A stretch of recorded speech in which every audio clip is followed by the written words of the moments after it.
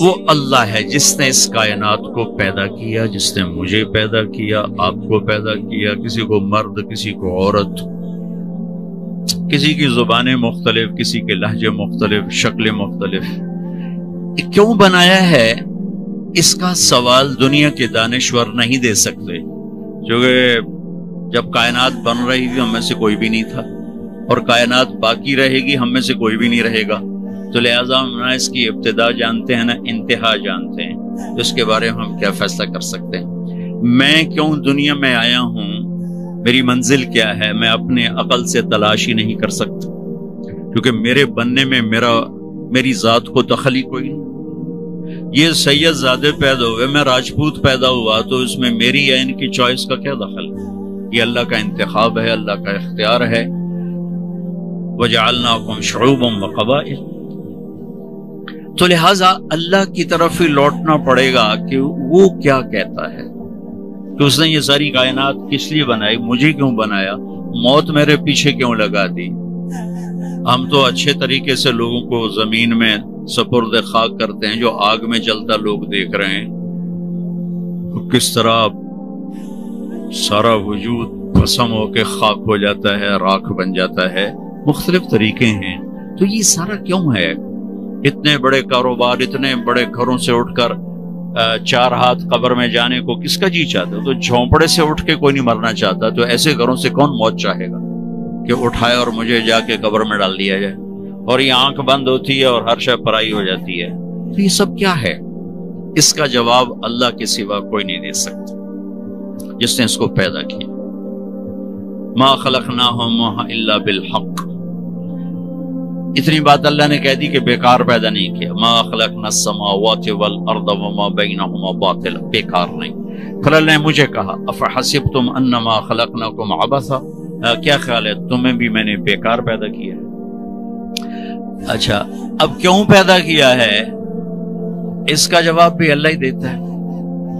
وما خلقت الجن والانس الا لیعبدون، اس لیے پیدا کیا ہے کہ میری مان کے آ جاؤ میرے پاس۔ زندگی موت کو کیوں پیدا کیا ہے؟ خلق الموت والحیات لیبلوکم ایکم احسن عملا، زندگی موت کا سلسلہ اس لیے چلایا ہے کہ ہم دیکھیں گے کہ تم میں مجھے کون راضی کرتا ہے، اپنے عمل کو خوبصورت کون بناتا ہے، اور یہ سکوں اور کے پیچھے دوڑ کون لگاتا ہے، اور کرسیوں کے پیچھے کون اپنی غیرت کے، ایمان کے، عزت کے سودے کرتا ہے کا یہ ایک دن فیصلہ ہے۔ یہ فیصلے کی جگہ نہیں ہے، وہ آگے اللہ نے رکھی ہے۔ یہ کائنات کو امتحان کے لیے بنایا ہے، اور فیصلہ میرے مالک نے آگے چل کے رکھا ہے۔ اگر یہ جزا سزا کا جہان ہوتا تو میرے نبی کی اولاد ذبح ہو کے نیزوں پہ نہ چڑھتی اور یزید جیسے تخت پہ نہ بیٹھے ہوتے۔ یہ میرے رب کا امتحان ہے جو نیند سے، اونگ سے پاک ہے۔ لا تاخذہ سنۃ ولا نوم، نہ سوتا ہے نہ اونگتا ہے۔ لا یعزب عن ربک من مثقال ذرہ، ایک ذرے کے برابر کوئی چیز اسے پوشیدہ نہیں ہے۔ سواء منکم من اسر القول ومن جہر بہ، زور سے بولو، آہستہ بولو، دل میں بولو، کوئی چیز اس سے پوشیدہ نہیں۔ ومستخفا باللیل وسارب بالنہار، دن کے اجالے میں کچھ کرو یا رات کے اندھیرے میں کچھ کرو یا دروازے بند کر کے کچھ کرو، وہ کہتا مجھ سے کوئی چیز پوشیدہ کوئی نہیں ہے، ہر چیز اس کے سامنے کھلی کتاب ہے۔ کل صغیر و کبیر مستطر، ہر چیز اس کے سامنے لکھی ہوئی موجود ہے، وہ دیکھ رہا ہے کون کیا کر رہا ہے۔ یہاں اس نے مجھے دونوں راستے دے دیے ہیں اور پھر آگے بلا کر فیصلہ کرے گا۔ زندگی گزارنے کا وہ طریقہ جس پر اللہ راضی ہو جائے اور زندگی سکھی گزرے، مالدار کی بھی غریب کی بھی، اس کا نام ہے اسلام۔ ان الدین عند اللہ الاسلام، اور اس کو لے کر آئے جناب رسول اللہ صلی اللہ تبارک و تعالی علیہ وسلم، اللہ کے آخری پیغمبر، آخری کتاب، آخری دین، آخری مذہب۔ اختم بکتابہم الکتب وبدینہم الادیان وبشریعتہم الشرائع، اس نبی پر دین مکمل، کتاب مکمل، شریعت مکمل، مذہب مکمل۔ اب اس کے بعد ختم، نہ کوئی اور دین آنے والا ہے، نہ کوئی اور طریقہ زندگی آنے والا ہے۔ ایک طریقہ جس سے لے کر میرے نبی پاک صلی اللہ تعالی علیہ وسلم اس دنیا میں تشریف لائے، اور وہ اس طرح محفوظ ہے کہ قیامت بھی آ جائے تو میرے نبی کی زندگی کو کوئی ختم نہیں کر سکتا، حجت کے لیے موجود ہے۔ قرآن موجود ہے، کوئی نہیں مٹا سکا، نہ آئندہ کوئی مٹا سکے۔ میرے نبی کی زندگی موجود ہے، کوئی نہیں مٹا سکا، نہ آئندہ کوئی مٹا سکے گا۔ ایک یتیم پیدا ہوتا ہے، کون اس کی تاریخ پیدائش نوٹ کرے گا؟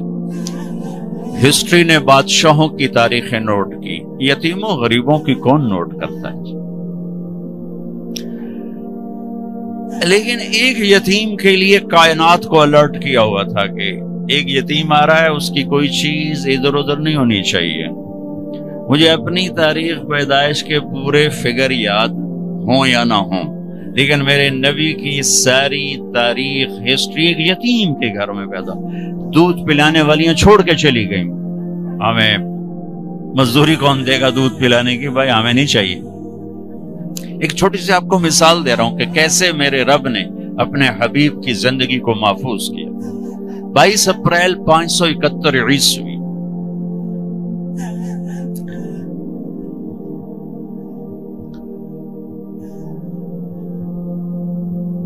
یہ عیسوی سن ہے، ہندی سن یکم جیٹھ 622 بکرمی۔ اصحاب فیل کا واقعہ، چونکہ اس وقت میں وہاں کیلنڈر نہیں تھا تو اصحاب فیل کا واقعہ، پیر کی رات صبح 4:20 پر، جبکہ صبح صادق دنیا کے اندھیروں کو دور کرنے کے لیے نکل رہی تھی تو میرے نبی دنیا میں کفر کے اندھیروں کو دور کرنے کے لیے تشریف لا رہے تھے۔